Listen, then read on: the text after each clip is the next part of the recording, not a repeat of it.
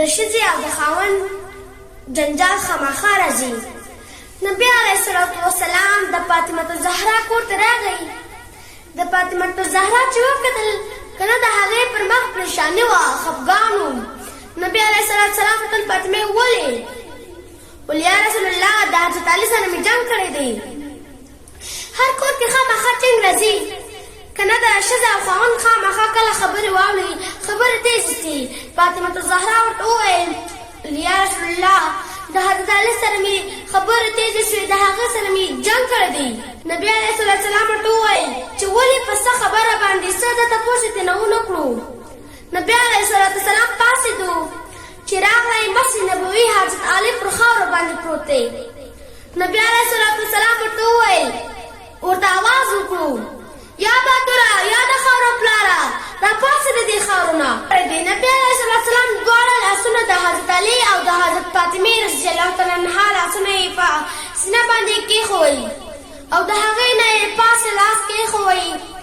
زما حضرت فاطمې او د حضرت علي روغه وکړه او هغې تپوس کوو. دومره هغې خپل منځ کښې مینه وه، دومره خپل منځ کې محبت و. د ښځې او د خاوند خامخا جنګ خو راځي، د ښځې او خاوند خامخا ورانه راځي. خبرې کله کله تیزې سي، دا خبرې ورانېږي، خو د هغې نه بعد یو بل ته معافي ښه خبره ده. دا د هغې نه بعد یو بل سره مینه او محبت ښه خبره ده. د هغې نه بعد د خپل ځای نه ایستل ښه پکار دی. دا نه چې ښځه ټول عمر په دماغو کښې دا کښېنوي چې ما ته یو ځل بده خبره کړې ده، مړه به شم خو خبره به مې راته یېره نه شي. او خاوند هم دا خبره په ذهن کې کېنولې وي چې پلانی وخت کې زما ته داسې خبره کړې ده، زه به مړ شم خو د دې سره به په سمه خبره نه کړم. ستاسو خو تمامه زندګي ده، تاسو خو تمام ژوند دی، تاسو خو یو د بل همسفر یاست، تاسو خو د یو د بل د ژوند ملګري یاست چې دومره په وړو ورانه ده چې دومره په وړو خبرو ورانه کېږي. نو بیا یې زندګي څه شی دی؟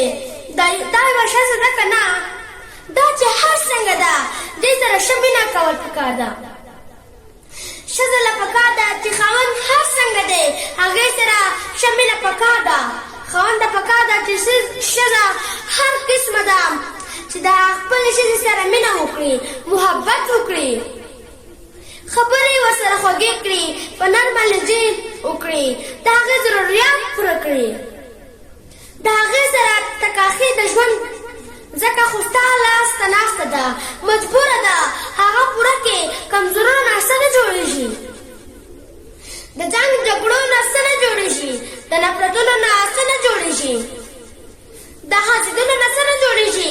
بیا دا ښځه د خاوند بلا څه جنګوي، د ښځې خاوند بله د یو بل سره څه ورانوي. ښځې که خو زه وایم دومره زه ژوندون د محبت ده فارسم زه حیران یم چې نفرت ته خلک اوزګار شول، جنګ د حاسدونو ته خلک اوزګار شول، وکیلو ته خلک جنګ اوزګار شول. د فاطمه الزهرا لاس یې راواخیستو، سوله منظوره ده، روغه منظوره ده. فاطمه الزهرا ورته یا رسول الله بلکل منظوره ده. حضرت علي ورته وویل یا رسول الله بلکل منظوره ده. اوس تپوس نه و چې تا ولې جنګ کړی دی، پر څه خبره باندې؟